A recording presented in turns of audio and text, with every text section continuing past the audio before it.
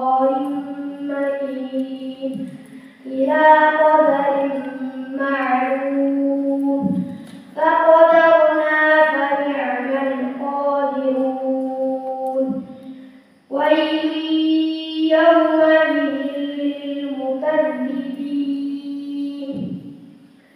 ألم نجعل الأرض كفاتا أحياء وأمواتا وجعلنا فيها رواسي شامخات وأسقيناكم ماء فراتا ويل يومئذ للمكذبين انطلقوا إلى ما كنتم به تكذبون انطلقوا إلى ظل ذي ثلاث شعب لا ظليل ولا يغني من اللهب إنها ترمي بشرر كالقصر كأنه جمالة صفر ويل يومئذ للمكذبين هذا يوم لا ينطقون ولا يؤذن لهم فيعتذرون ويل يومئذ للمكذبين هذا يوم الفصل جمعناكم والأولين فإن كان لكم كيد فكيدون ويل يومئذ للمكذبين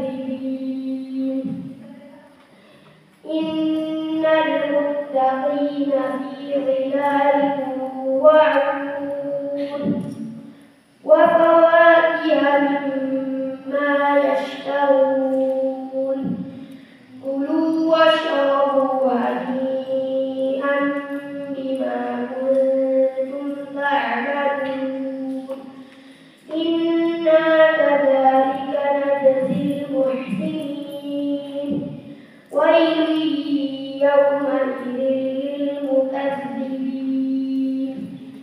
كلوا وتمتعوا قليلا إنكم مجرمون ويل يومئذ للمكذبين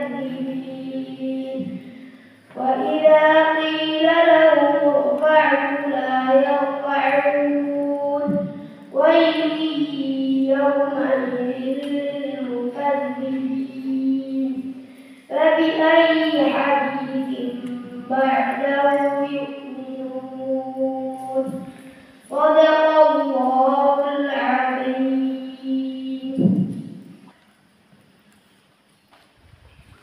بسم الله الرحمن الرحيم.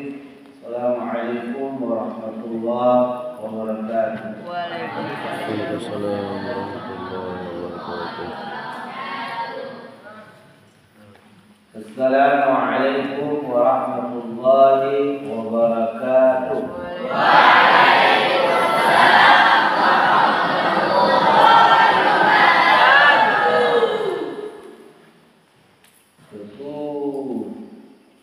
Assalamualaikum warahmatullahi wabarakatuh.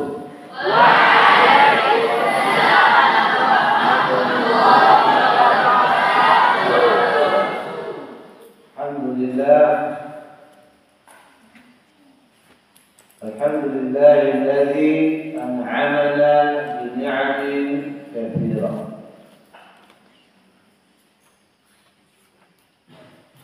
Alhamdulillah alladzi ja'alana minal qa'imin wal qa'imat.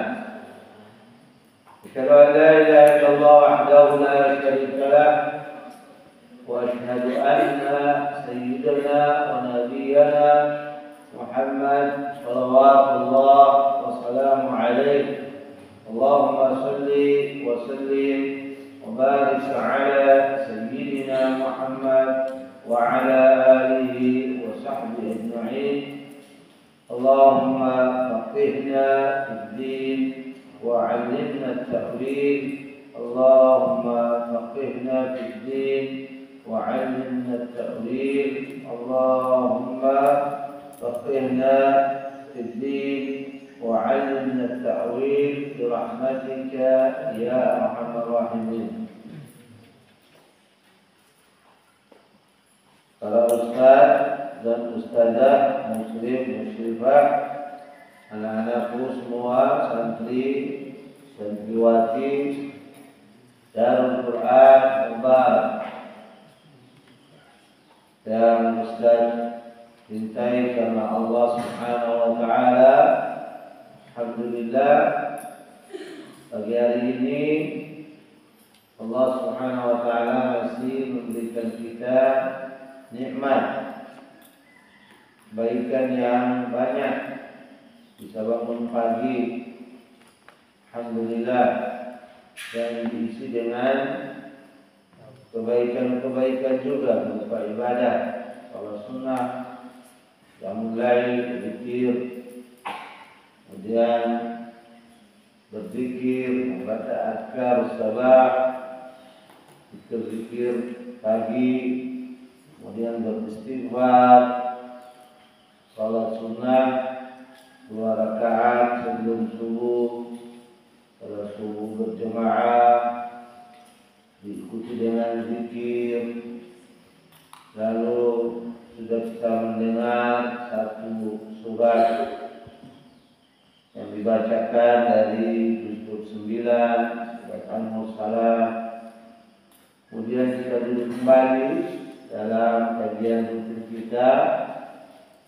Banyak kebaikan yang sudah kita lakukan di hari ini dan mengawali dengan kebaikan. Mudah-mudahan Allah Subhanahu wa taala memberkahi kita semua. Jangan sampai yang kita dapatkan hanya lelahnya saja, rasa ngantuk yang didapatkan, bukan nilai atau pahala yang dijadikan oleh Allah Subhanahu wa taala maupun disampaikan oleh baginda Rasulullah SAW dalam hadis-hadisnya yang mulia. Sekali lagi saya ingatkan buat kita semua, mari berusaha dalam memperbanyak amal kebaikan, tapi jangan lupa selalu dilandasi dengan niat yang ikhlas semata mencari ridha Allah Subhanahu wa taala. Berusaha meneladani Rasulullah SAW. Ikhwan, akhwat, jangan tidur, bangun, fokus. Allah kasih nikmat matanya itu buat fokus, perhatikan. Telinganya mendengar dan mencatat, juga bagian daripada al-juhud, badrun nafs, bersungguh-sungguh dalam menuntut ilmu. Kalau tidak mencatat, jangan tidur.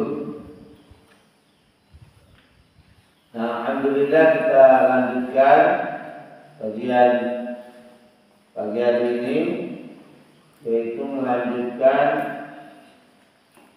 bab tentang adab seorang murid atas dirinya. 3 sudah kita dapatkan. Pertama, tathhirul qalb an khabathis sifat, membersihkan hati dari apa? Segala kekotoran atau sifat-sifat yang buruk. 1. Yang kedua, seorang murid atau santri itu harus selalu ikhlasul niat fi talabil ilmi, selalu ikhlas dalam menuntut ilmu. Dan yang ketiga, al-mubadarah fi talabil ilmi fi awqatis sabah. Al-mubadarah bersungguh-sungguh dalam menuntut ilmu fi awqatis syabab, di waktu muda. Ketiga yang sudah kita dapatkan pada kajian sebelumnya. Pagi hari ini kita lanjutkan, yaitu poin yang keempat, ar-rabi'u al-qana'atu bima tayassar. Al-qana'atu bima tayassar, merasa cukup dengan apa yang didapatkan. Niatnya sudah ikhlas, juga bersungguh-sungguh, masya Allah, luar biasa. Kalau belajar tidak pernah tidur, ya. Ini sungguh-sungguhnya ini memperhatikan apa yang disampaikan oleh gurunya, oleh ustaz dan ustazah. Fokus dengan apa yang dijelaskan, tapi ternyata dia masih dapat tidak banyak. Hafalannya mungkin baru sedikit, ya. Yang dia dapatkan dari apa yang dijelaskan, memahami pelajaran juga tidak seperti yang lain. Nah, santri murid yang seperti ini harus memiliki adab berikutnya, qanaah, merasa cukup. Ayyaqna'a minal quti bima tayassara wa in kana yasira wa minal libas bima yasturu mithluhu wa in kana khuluqan fa bis-sabri ala dhayfil 'aishi yanalu si'atal 'ilma wa yajma'u shamlal qalbi al-muftariqatil aman fatafajjara fihi yanabihul hukmi. Nah, jadi al-mu'allif rahimahullah, Imam Ibnu Jama'ah menjelaskan poin keempat ini, bahwa seorang murid itu harus merasa cukup, ya, berusaha sungguh-sungguh, apa yang dia dapatkan alhamdulillah. Tapi tentu dengan kesabaran, sifat mulia yang harus selalu menghiasi dirinya dalam belajar juga. Ya, teman-teman sudah pada banyak hafal, masuk ke kelompok halaqah hafalan. Saya kok belum nyampe juga. Saya sudah bersungguh-sungguh juga. Ingat, bersungguh-sungguh juga, bukan santai. Kalau temannya bersungguh-sungguh masuk ke halaqah hafalan, bahkan hafalannya semakin bertambah, terlihat dari kesungguhannya, wajar. Tapi kalau orangnya malas, banyak tidur, banyak canda, banyak main, lalu belum masuk ke halaqah hafalan, belum punya hafalan, itu wajar karena tidak sungguh-sungguh. Ya. Kalau dia sudah sungguh-sungguh semuanya baik, dia sudah bersungguh-sungguh menghafal kosakata, dijelaskan, dia perhatikan, tapi dapatnya baru sedikit, dia sudah sabar. Wa bis-sabri, dikatakan oleh beliau, wa bis-sabri ala dhiqil 'aishi yanalu si'atal 'ilma. Termasuk sampai orang yang punya sifat keempat ini, ya ikhwan, ustaz dan ustazah, dalam hidup pun mungkin sempit dalam arti apa? Dia sabar dengan kondisi hidupnya. Kalau ustaz ceritakan begini, di santri seperti kalian ini, masya Allah, Nggak ada yang sulit dalam hidup, makannya bisa dapat, tidak ada yang nahan lapar, ya kan? Uang jajan ada. Tapi kalau dimasukkan oleh Ibnu Jamaah ini, orang yang sabar juga dalam kondisi hidupnya. Jadi yang sudah merasakan mungkin yang kuliah jauh dari orang tua, kadang-kadang kirimannya datang cepat atau tepat waktu, tapi kadang lambat juga. Sehingga bila jadi makannya juga seadanya. Bahkan ada sebagian yang hanya menahan apa? Untuk kelangsungan hidupnya dengan apa? Minum air saja. Bila jadi hanya minum air. Tapi hal itu tidak membuat dia suruh dalam belajar. Ya, hidupnya dengan kondisi sulit mungkin. Jadi kalau ada orang yang mungkin dari latar belakang orang tuanya mampu, kuliahnya di luar, bisa enak. Bahkan saya cerita ada teman, Masya Allah, kuliah di Madinah, ya, di masa Rusad di zaman itu, tahun 95-an, tahun 1995, sudah dapat beasiswa 845 real. Kalau di zaman itu 2000, berarti berapa itu? Sekitar 1,3 juta. Tapi cukup, luar biasa. 1 real bisa beli roti, 1 real bisa minum. Makan untuk 1 bulan dari 100.300 itu, ya dapat tabung 1 juta lah. Tapi ada teman luar biasa, setiap bulan pun dikirim sama orang tuanya $100. Coba lihat, dapat beasiswa, dapat dari orang tua setiap bulan 100. Sampai sekarang masih ada. Orang tuanya, ayahnya juga masih ada. Kiai besar di Jakarta sana, pondok pesantren terkenal. Nah sekarang saya lihat anaknya luar biasa juga, teman besar ini. Ya. Sudah seperti ayahnya, seperti kiai. Ya. Nah ini ada keluarga yang seperti itu. Artinya latar belakangnya dari kehidupan orang tuanya mampu sehingga anak-anaknya juga merasa ya hidupnya nyaman-nyaman. Tapi ada orang tua yang mungkin dia pendapatnya sulit. Nah coba ada orang tua kemarin datang nanya mau mendaftarkan anaknya di tahun mendatang, sekarang anaknya kelas 2, informasinya seperti itu. Siap mau menurunkan anaknya ke kelas 1 lagi. Sekarang sudah kelas 2, berarti nanti kelas 3. Tapi tahun depan mau masuk kelas 1. Hanya dia bilang, gimana? Saya belum pernah mengumpulkan uang 12 juta. Coba nah. Untuk uang pagar, beliau berpikir selama ini dalam usahanya belum sampai terkumpul 12 juta. Iya kan? Gimana mengumpul 12 juta? Makan sehari saja, dapat makan hari ini, pikir besok makan apa? Itu ada juga keluarga seperti itu. Paham nggak? Nah, tapi kalau kalian Emil, mana Emil? Emil? Iya, Emil yang dulu.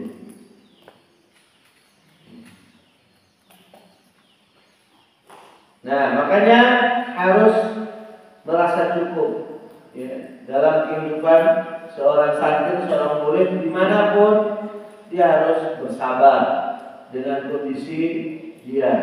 Untuk apa?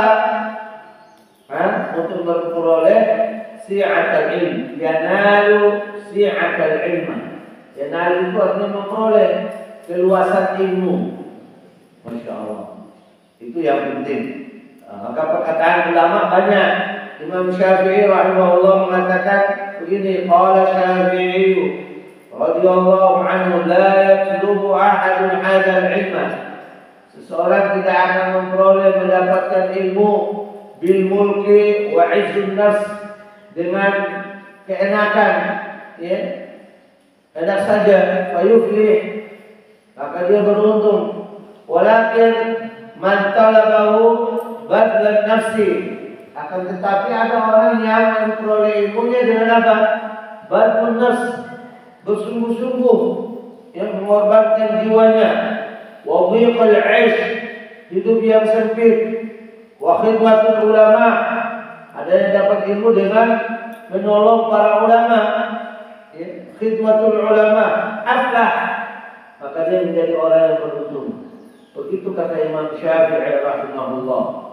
Jadi orang yang mendapatkan kebaikan-kebaikan dari sisi Allah Subhanahu wa taala dengan kesungguhan, ya, walaupun hidupnya sulit, tapi dia tetap bersungguh-sungguh mendapatkan ilmu ini. Bahkan dia hadir bersama para ulama, para guru, para ustaz, ustazah, di mana mereka berada, selalu duduk dengan majlis mereka. Masya Allah. Itulah yang dikisahkan juga dalam sejarah. Siapa sahabat Rasulullah yang banyak hafal hadis? Ya, Abu Hurairah radhiyallahu anhu. Nama aslinya siapa? Abdurrahman ibnu Sakhrin. Ini gimana hafal hadis tidak tahu nama asli Abu Hurairah? Abu Hurairah artinya apa? Bapaknya kucing, masya Allah. Bukan kucing punya bapak, tapi diberi dunia gelar oleh baginda Rasulullah SAW. Karena Abu Hurairah ini orang yang suka main sama di santri di Yapis ini. Siapa yang suka kucing? Hah? Novel? Oh, santri apa tadi saya bilang? Yapis, ya Allah mas, Yapis saja. Sampai di sini ada santri Yapis tanya ini, siapa nih? Ustaz Furqan juga kucing soalnya. Kalau santri di timur siapa yang pada suka kucing? Fakhri. Saya juga lihat di pikiran di sini saya belum lihat. Di kata saya juga belum lihat. Tapi kalau Fakhri, paling suka kucing dia. Sampai kucing yang Ustaz usir datang juga. Kalau Fakhri, Ustaz usir kucingnya, tapi Fakhrinya manggil, kucingnya datang lagi. Nah, Abu Hurairah itu suka dengan kucing. Maka dikasih kunyah. Tapi nama aslinya Abdurrahman ibnu Sakhrin, sahabat Rasulullah yang paling banyak menghafal. Kenapa?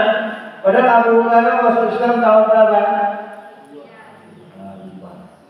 Baru saya sudah disampaikan. Kelas 10. Tahun berapa Abu Hurairah masuk Islam? Antum, akhwat yang benar. Akhwat aina antum. Tahun 7 Hijriah, pada saat perang apa itu tahun 7 Hijriah? Berapa? Oh, ada tahun 6. Khaybar. Perang Khaybar. Ya Yahuda betul. Jaish Muhammad. Khaybar ya Yahud. Jaish Muhammad. Tauba ya Yahud. 3 tahun saja bersama Nabi berarti kan? Masuk tahun 7 Hijriah, 10 Hijriah Rasulullah wafat. Berarti Abu Hurairah bersama Rasulullah itu cuma 3 tahun. Tapi Masya Allah, yang paling banyak menghafal hadis adalah Abu 3 tahun. Santri kelas 10 yang lama sudah mau 4 tahun. Hafal hadis Arba'in sudah berapa? Sudah berapa? Hah? 17. Itu Siti 17 ya. Alhamdulillah. Tapi harus benar 17-nya. Santri kelas 9 ngalahin antum. Kelas 9 berapa hadis? Hah? 18. Berapa? 16. Akhwat 16, ikhwan 18 katanya. Kelas 8 lagi, hebat lagi. Berapa kelas 8? 12. Alahkan antum kelas 9, 10. Kelas 8 berapa? 12. malu kalau Ustaz jadi kelas 10 dan 9. Ya, kelas 8 23. Masya Allah. Kelas 7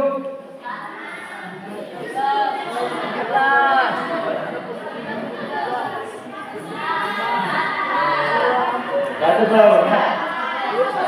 Mati sudah 13 hari. Masya Allah. Oh, sudah duduk saya kasih kamu. Baginda sudah berapa hari? Hah? 16. Masya Allah. Mati 13. Hafalnya di mana? Oh, 6. Di 6 roleh. Di 6 roleh berapa hadis yang sudah dihafal? Di sini berapa hadis dapat? 3 hadis di sini. Masya Allah. Baginda berapa hadis dapatnya di itu? Hah? Mulai hafal ini semua hadis berapa? Hadis 1. Masya Allah. Allah Akbar. Barang hafal dulu di situ barang. Barang berapa hadis? Oh, 18 hadis. Masya Allah. Barakallahu fikum jami'an. Mudah-mudahan Allah memberkahi kalian semua. Allah mudahkan kalian untuk menghafal Al-Quran, menghafal hadis juga. Jadi begitu. Nah, ternyata satu di antara keunikan pada Abu Hurairah, artinya sifat baiknya selalu mulazamah dengan Rasulullah. Apa mulazamah itu? Selalu hadir di majlis-majlis Rasulullah. Dikatakan bahwa kalau orang sibuk di kebun, Abu Hurairah lebih sibuk dengan Rasulullah, mendengar ilmu, mendengar hadis, begitu. Ya, makanya gunakan kesempatan baik-baik waktu kalian di sini untuk apa, Wisnu? Wisnu, untuk apa? Untuk belajar, ya, supaya banyak dapat ilmu. Ya. Saya cukupkan satu lagi perkataan ulama, yaitu berkata Imam Malik, wa qala man la yablugh ahad min hadzal ilma ma yuridu hatta yadurra bihi al-faqra wa yuktharahu ala kulli syai'in. Masyaallah. Kata Imam Malik, la yablugh ahad min hadzal ilm. Tidak ada satupun orang yang mendapatkan ilmu ini ma yuridu, apa yang dia mau, hatta yadurra bihi al-faqra, hingga kefakiran menimpanya. Artinya merasa kesulitan. Memang orang mau dapat ilmu itu bukan dengan senang-senang. Halo, oi, dapat ilmu bukan dengan senang-senang. Tidur santai kayak Ray begini, Masya Allah tuh. Maka dia tulis. Mana habis tulis gak? Oh, habis, Masya Allah. Kayak begitu. Bukan santai-santai, arif. Ya, harus tuh. Jangan malas-malas. Ya, hatta yadurra bihi al-faqr. Bahkan kefakiran bisa membahayakan dirinya. Wa yubsarahu ala kulli syai'in. Kita atas segala hal. Jadi begitu orang dapatkan ilmu, rapatkan, harus sabar. Banyak hal yang dia dapatkan berupa kesulitan. Ya, bagaimana mau dapatkan ilmu? Pulang ke asrama, naruh buku,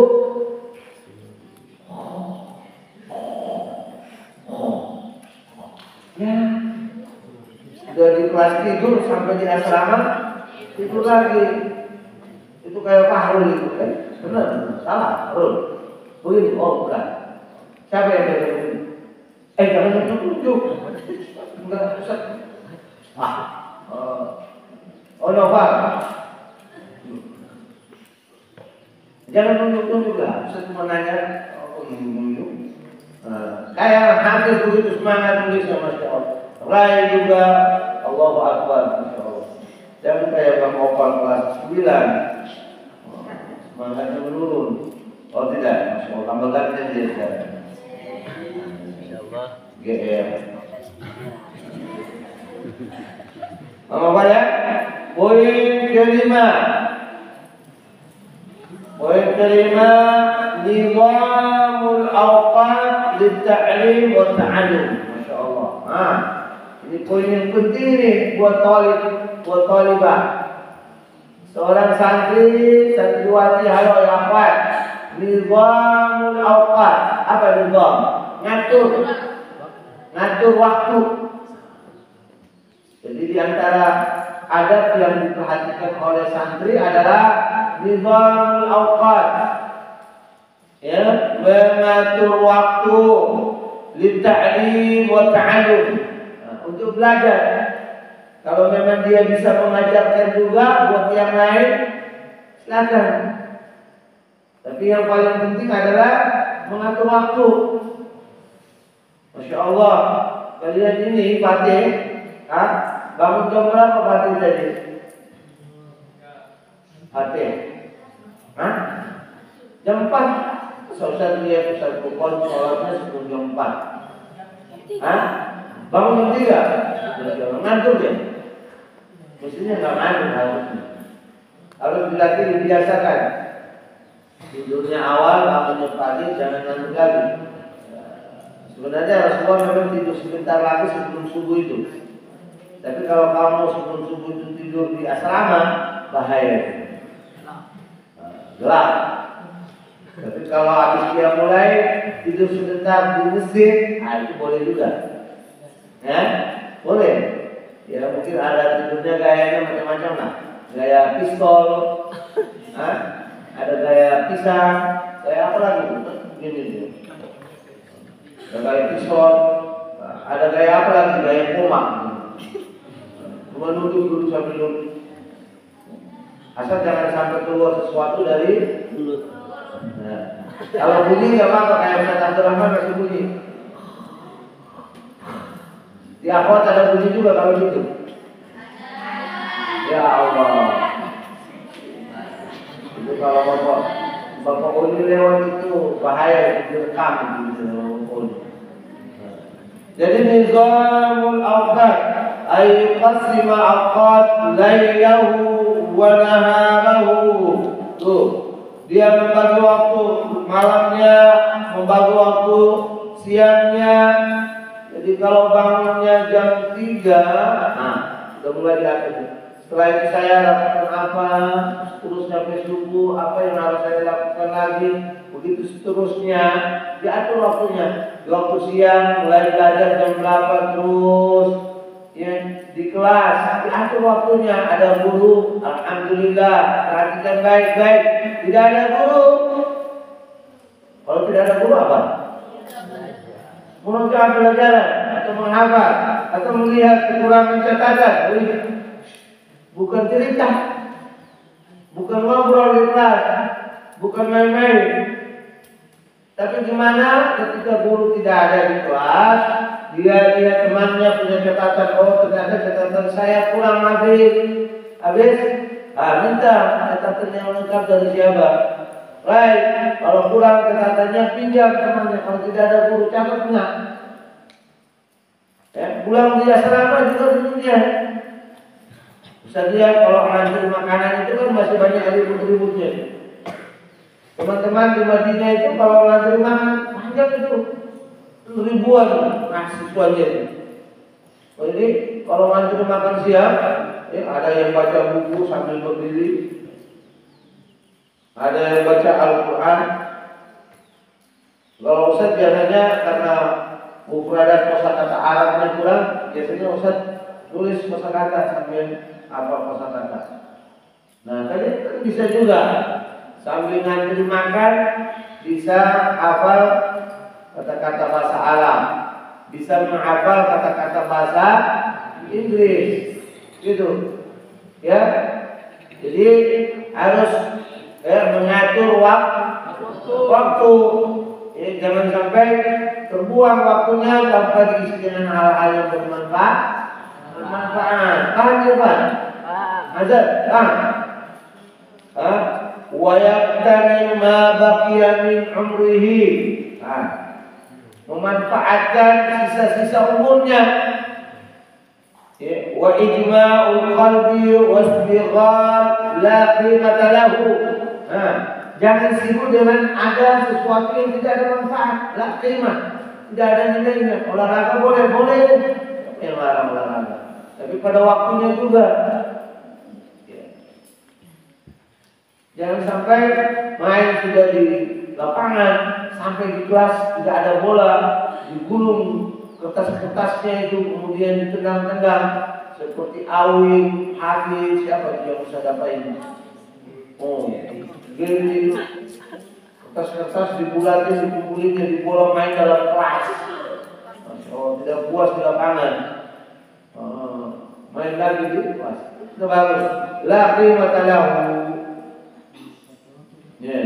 Bagaimana dia mencari waktu hafalan? Awqat al-hifz wal mutala'ah, misalkan. Bagaimana dia mencari waktu yang tepat untuk menghafal Al-Quran, waktu yang tepat untuk menghafal hadis. Baginda, berapa hadisnya? 16. Semuanya di sini hafalnya. Kapan kamu hafalnya?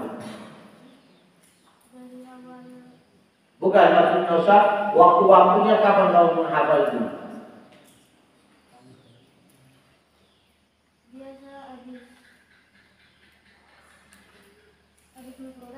Habis mufradan. Saya pernah nanya tidak? Berapa hadis dia hafal? Tidak pernah hafal. Ketika jam pelajaran hadis, masya Allah. Waktu selain mufradan, setelah mufradan di kelas tidak ada guru, kamu hafal juga? Iya, tidak ada guru, dia hafal juga. Di mana lagi? Di kamar dia selama hafal juga. Sore habis belajar mandiri sebelum tidur, masya Allah. Nah itulah contoh. Artinya ini contoh yang real, yang nyata buat kalian semua, buat Ustaz juga mungkin. Ini Ustaz pernah cerita, ya, Abdurrahman As-Sudais, tahu siapa Abdurrahman As-Sudais? Imam di mana tuh? Masjidil Haram. Mudah-mudahan semua santri, ustaz dan ustazah, ustaz doakan dan ustaz juga kita semua. Semoga Allah mudahkan kita melakukan umroh atau haji dan bisa sempat dengar Imam Abdurrahman As-Sudais baca di Masjidil Haram Makkah. Sekarang Raja Salman baru mengangkat 4 orang imam baru, 2 di Mekah, 2 di Madinah, insya Allah. 2 imam baru lagi. Semoga semuanya bisa mendengar imam-imam yang di Masjidil Haram Mekah maupun Madinah langsung di sana, bukan lewat itu, bukan lewat kaset, bukan live, tapi langsungnya di Masjidil Haram Mekah, langsung di Masjidil Haram Nabawi. Amin ya rabbal alamin. Jadi waktu-waktu itu maksudnya beliau datang di Libya, beliau nasihatkan buat para mahasiswa di Libya yang di Jakarta. Sebelum saya ke Madinah, saya sempat kuliah di Libya juga. 2 tahun Ustaz di Libya, ambil program Iqdad Lugah, bahasanya saja. Kata beliau, nasihat beliau kepada para hafaz, para penghafal Quran, ingat murajaah. Di antara waktu yang digunakan, kata beliau, ikhtar waqt qabla naum filail. Cari waktu malam sebelum tidur. Jadi sebelum tidur itu ada waktu yang digunakan untuk menghafal, memurajaah. Sampai ada kisah seorang ulama, seorang imam, dia sebelum tidur baca Al-Quran, sampai tidurnya pun baca Al-Quran. Tidurnya itu baca Al-Quran. Dan ceritanya itu dia lupa dalam bacaan, lagi dalam keadaan murojaah. Dia tidak membuka Al-Quran, dia mengulang lagi dari awal sampai di ayat itu dia lupa. Ternyata Allah kasih kelebihan, karamah luar biasa, dan juga luar biasa buat alim ini, ulama ini, di mana di saat tidur pun dia mulai membaca sampai ayat yang tadi dia lupa bisa diingat dibaca ketika dia sedang tidur. Itu bacanya saya dapat dari Balita pun menghafal Al-Quran. Ada buku Balita pun menghafal Al-Quran. Dikisahkan ada seorang ulama setiap hari dia memurojaah 15 juz. Berapa juz? 15 juz. Jadi 2 hari dia khatam. 2 hari dia khatam 30 juz. Tapi dengan begitu dia masih lupa. Nah, memang penting kita untuk memurojaah. Azabir, mana wahyu? Aina wahyu? Sakit Ustaz, sakit. Sakit dia. Sakit apa itu? Demam. Tadi sebelum sholat ini udah dinginan. Fahri, Fahri, murojaah. Akhwat yang kelas 10 lama banyak hafal. Dia sudah punya hafal kelas 7 yang datang dari SD-nya sudah punya hafalan di murojaah sendiri juga. Jangan sampai kita murojaah biar masuk ketika halaqah kelompok halaqah Quran untuk hafalan cepat bisa memurojaah hafalan yang di SD itu. Jadi memilih waktu dan waqala al-khatib seorang ulama al-khatib ini adalah Ibnul Furqan dalam bukunya Tarjamah al-Khatib. Dia mengatakan ajwalu awqatil hifz al-ashab. Waktu yang paling baik untuk menghafal itu ajwad itu paling baik. Awqatul hifz, waktu yang paling baik untuk menghafal al-ashab. Waktu sahur sebelum azan subuh. Ya, itu waktu yang paling baik. Summa wasatan nahar, kemudian pertengahan siang. Ya, summa al-ghadan, kemudian siang hari. Al-ghadan, awsatun nahar berarti ya sekitar jam-jam 9 dan 10 begitu. Ya, pertengahan siang. Qala wa hifdzul lail anfa min hifdzin nahar. Beliau jelaskan juga hafal di malam hari lebih baik, lebih bermanfaat daripada hafal di siang hari. Wa waqtul ju' anfa min waqtus syaba'. Waktu lapar, tapi bukan lapar sekali ini. Seperti seorang lagi dalam kondisi puasa, lebih baik daripada waktu kenyang. Itu. Wa ajwad amakin al-hifz al-ghurab. Dan waktu tempat yang paling baik untuk menghafal adalah kamar. Kamar. Jangan tidur. Wa kullu mawdi'in ba'idin 'anil mulahiyat, dan tempat-tempat yang jauh dari banyak banyak main-mainnya. Ya. Kalau di masjid lebih baik, maksudnya mungkin di pura ini kalau Ustaz pahami, kalau dalam keadaan sepi, ya. Kalau di masjid ya, tidak terlalu ramai, bagusnya di masjid sekaligus mungkin masuk sholat sunat tahiyatul masjid. Ya, setelah tahiyatul masjid, kalau dia menghafal. Saya dengar cerita kisah ada seorang ulama juga di Masjid Nabawi, dia datang kalau lagi susah. Lupa Ustaz, apakah itu Imam Abu Hanifah, seorang ulama besar dalam mazhab fikih. Ya, Abu Hanifah itu kalau dia mau belajar dan susah untuk menghafal, susah menghafal pelajaran, dia datang ke Masjid Nabawi lalu masuk ke Raudhah. Raudhah itu Rasulullah katakan dalam hadis, "Ma baina minbari wa baiti rawdatun min riyadil jannah."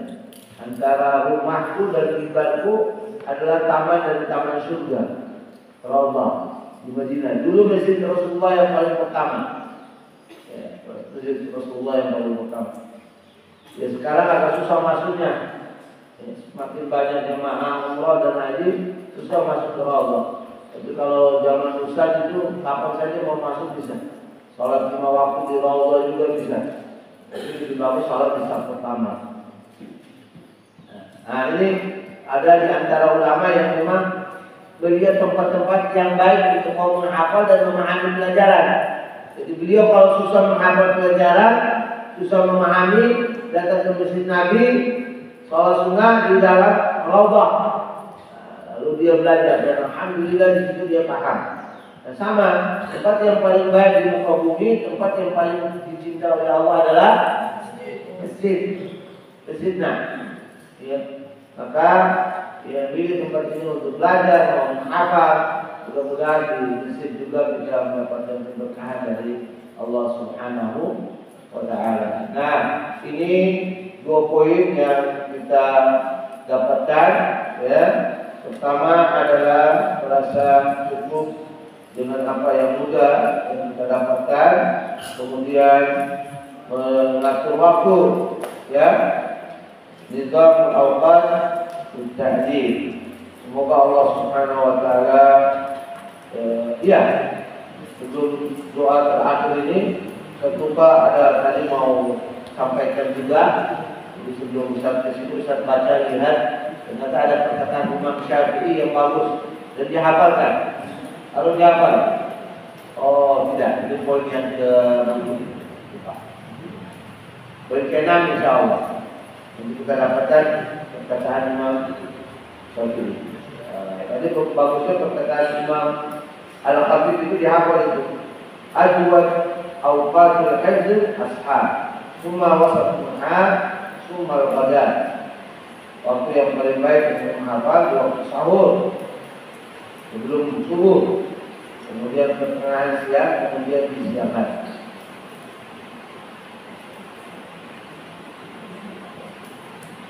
Allahumma inna nas'aluka al-ilma, Allahumma inna nas'aluka ilman nafi'an wa rizqan thayyiban wa 'amalan mutaqabbala wa na'udzu bika min 'ilmin la yanfa' wa min qalbin la yakhsha wa min nafsin la tashba' ومن دعوة لا يستجاب لها اللهم فقهنا في الدين وعلمنا التوحيد برحمتك يا أرحم الراحمين صلى الله على محمد وعلى آله وصحبه وسلم والحمد لله رب العالمين. Hal ada soal? Ada yang bertanya? Fadhal. Ada?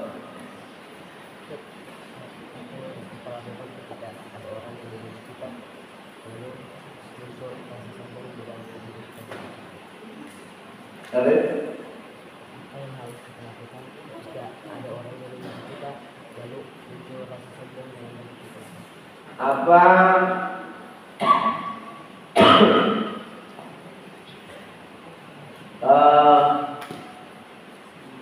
Apa yang kita lakukan di saat ada yang memuji kita lalu timbul rasa sombong, gitu. Ya. Buat apa tidak? Pertama, kalau ada yang memuji kita harus mengucapkan masya Allah. Ya. Dan yang memberi pujian itu harus mengucapkan masya Allah juga. Jangan sampai apa yang diceritakan oleh Rasulullah yang kita kenal dengan penyakit ain. Tahu penyakit ainnya?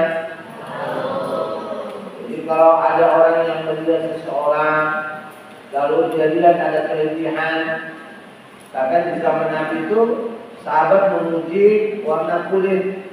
Ada sahabat melihat seseorang sahabat yang lain kulit putih sangat putih kulitnya, bersih. Lalu dia terlintas dalam lisan yang Ustaz pahami, Rasulullah sampai mengatakan bahwa kamu telah mencelakakan saudaramu. Maka disuruh untuk membaca Masya Allah. Sehingga contoh buat kita semua, saat melihat ada seseorang yang punya kelebihan apa saja, cepat menghafal, cepat paham, jangan si hebat jangan, tapi Masya Allah, Masya Allah, Masya Allah, Allah selalu memberikan kecepatan. Karena Masya Allah itu maksudnya apa? Apa yang dikehendaki Allah. Dan kita dipuji seperti itu. Langkah pertama apa? Juga mengucapkan Masya Allah. Ucapkan Masya Allah. Kemudian beristighfar. Karena kadang-kadang orang dipuji ada rasa gururnya tadi, rasa rasa sombong. Nah, kembali kenapa istighfar mohon ampun kepada Allah Subhanahu wa taala? Mohon ampun karena dengan pujian itu bila jadi membuat kita jadi apa tadi? Kibir, gurur. Merasa sombong, makanya mohon ampun, astagfirullahaladzim wa atubu ilaih. Sekaligus bersyukur ya dengan apa yang Allah berikan. Kalau kelebihan ilmu, kelebihan materi, hafalannya banyak, nah gunakan untuk kebaikan, bersyukurnya itu ya, karena itu milik Allah, milik Allah.